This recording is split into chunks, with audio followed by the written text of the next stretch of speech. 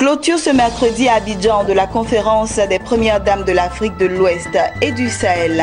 La rencontre a porté sur la lutte contre la traite, l'exploitation et le travail des enfants. Nous y reviendrons tout à l'heure. Un séminaire de 3 jours en vue de former les membres du REDPACI sur les méthodes qualitatives de transformation et de conservation des produits fruitiers et céréaliers. Et puis du 3 au 5 novembre prochain se tiendra au Bénin la 3e édition des trophées Aské décernés au leadership féminin africain. L'annonce a été faite lors d'une conférence de presse.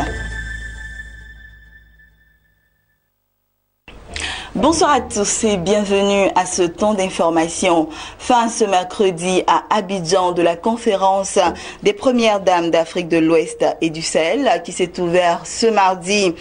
Dans le communiqué final qui a sanctionné cette rencontre portant sur la lutte contre la traite, l'exploitation et le travail des enfants, les premières dames se sont engagées à jouer pleinement leur partition afin de mettre un terme aux pires formes de violence des enfants. Elles ont aussi lancé une campagne régionale de communication de projet régional des femmes et dividendes démographiques au Sahel. Et c'est un reportage de Jérémy Auré et Sorochelina.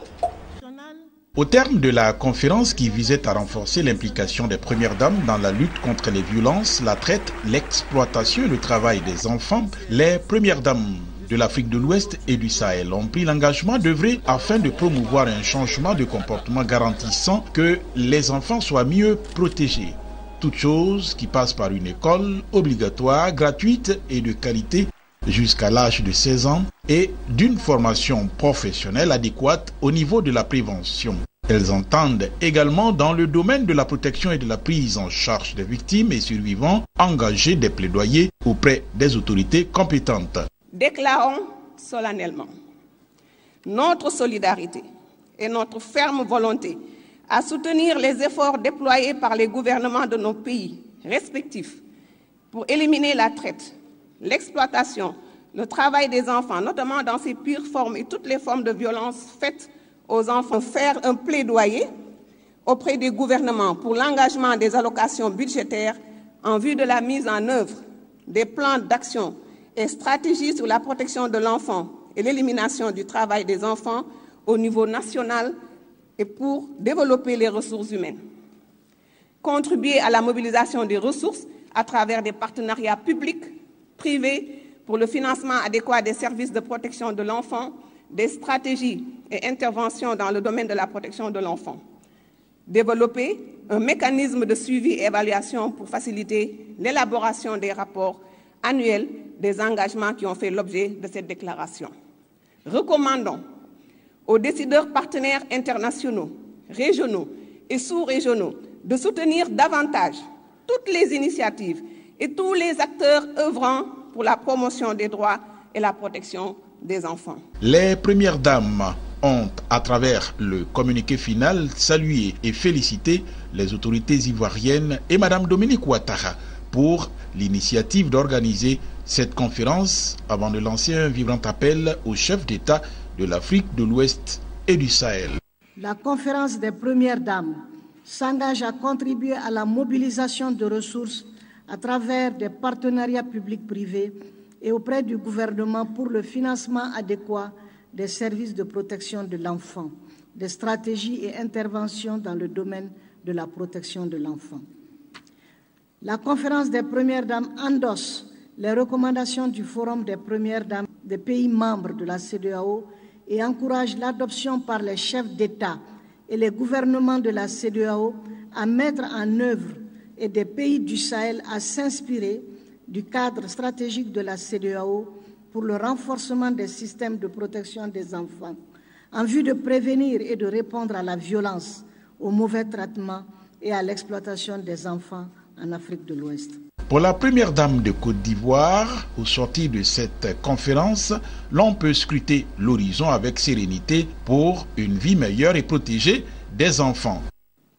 Au terme de cette conférence, je me réjouis de constater que la forte mobilisation ainsi que l'implication dont vous avez su faire preuve au nom de la protection de nos enfants.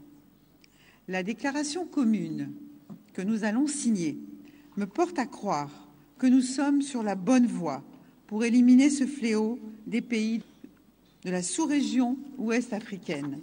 Et je voudrais féliciter tous les conférenciers qui sont intervenus au cours de ces assises. Une fois encore, nous pouvons constater que les premières dames d'Afrique sont des militantes actives et infatigables des droits de l'enfant.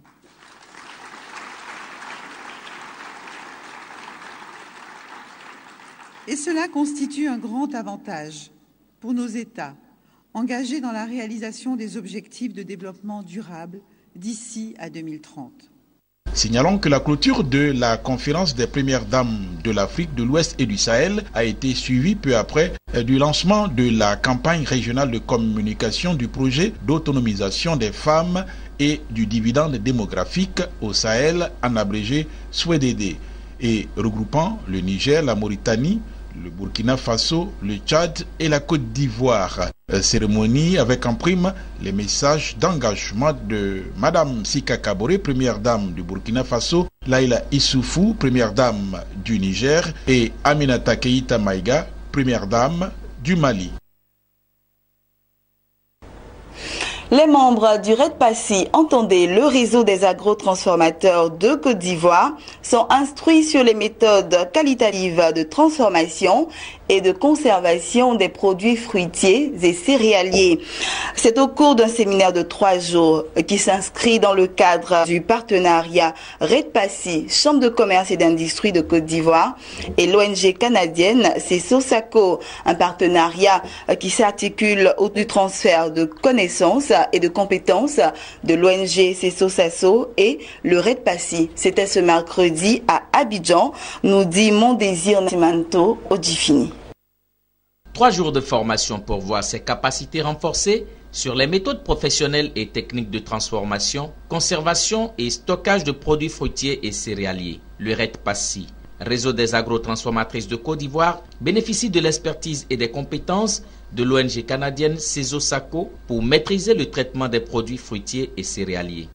Nous avons été sollicités par la Chambre de commerce et d'industrie en vue d'apporter une assistance aux femmes transformatrices, agro-transformatrices, et vous savez tout ce qui est lié donc aux questions du genre, notre organisation reste rattachée et y accorde beaucoup d'intérêt particulier. L'autonomisation va passer d'abord par le renforcement des capacités, et toutes ces capacités renforcées vont permettre, à n'en point douter, à ces femmes d'améliorer leurs capacités productives et partant donc d'améliorer leurs capacités financières. Pour la présidente de l'ONG REDPACI, c'est un processus de professionnalisation qui est enclenché. Ce processus permettra aux agrotransformatrices d'acquérir des méthodes d'industrie à mini-échelle et abandonner les anciennes pratiques. Lesquelles pratiques transmises de la mère aux filles sont restées rudimentaires et engendrent une marge importante de pertes aux agrotransformatrices. Généralement, les transformateurs ont appris de mère en fille. C'est-à-dire, ma mère fait cette activité, je l'ai appuyée, je l'ai accompagnée pendant ces moments de transformation de produits vivriers. Mais aujourd'hui, on ne peut plus se limiter à ça. Il faut aller à l'école. Donc, pour nous, ces formations avec SACO-CESO sont des formations de renforcement, formations continues. C'est comme ça que je vais l'appeler. C'est comme si nous allons à l'école. Parce qu'au sortir de cette salle de conférence, nous allons partir en travaux pratiques, comme des étudiants qui sont en laboratoire. Nous allons pratiquer jusqu'à l'emballage et voir comment est-ce qu'on peut commercialiser. Le REDPACI, réseau des agrotransformatrices de Côte d'Ivoire, il faut le rappeler, a été mis en place pour insuffler une nouvelle dynamique au secteur de la transformation en Côte d'Ivoire. Rendons-nous à présent au Bénin. Il s'est tenu à Cotonou une conférence de presse pour annoncer la 3e édition des trophées ASKE, trophées décernés au leadership féminin africain.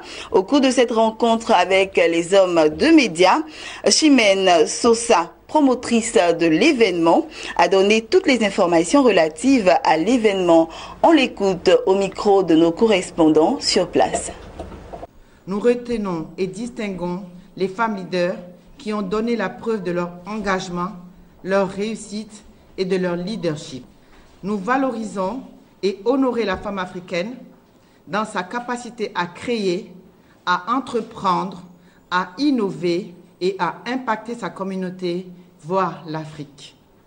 Les trophées Askey que nous décernons veulent montrer que les femmes africaines sont capables d'excellence, de performance, et que le capital humain qu'elles constituent peut et doit davantage servir au continent. Pour la 3e édition des trophées Askey placée sous le thème « Protégeons la jeune fille africaine », nous avons choisi de donner une place de choix à la sensibilisation de cette couche vulnérable de notre société qui pourtant et en est la relève. La jeune fille aujourd'hui, mère de demain et pilier de la future génération, doit être protégée. 10 grandes femmes leaders d'Afrique seront récompensées et immortalisées. Nous vous invitons à faire massivement le déplacement du 3 au 5 novembre à Azalai Hotel pour vivre cette 3e édition des trophées Askey, riche en acteurs et en activités. Et voilà, on poursuit ce journal avec ces informations, cette fois-ci en bref et en images. Selon un rapport de l'initiative pour la transparence dans les industries extractives, le secteur extractif sénégalais a généré des recettes budgétaires de 118,1 milliards de francs CFA durant l'année fiscale 2015.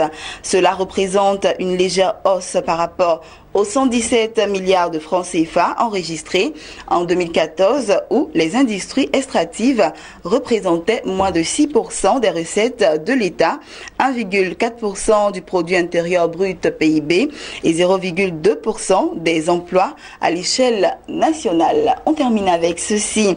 En Tunisie, le gouvernement envisage de s'appuyer sur un certain nombre de leviers économiques pour réduire son déficit budgétaire. Au nombre de ceux-ci, l'augmentation des taxes et la maîtrise de la croissance de la masse salariale. La mise en œuvre de la nouvelle politique budgétaire soutenue par le Fonds monétaire international FMI servira à stabiliser les finances publiques, stimuler la croissance et générer des emplois. Et c'est ici que nous nous arrêtons pour ce temps d'information. Je vous donne rendez-vous jeudi 21h pour un nouveau journal.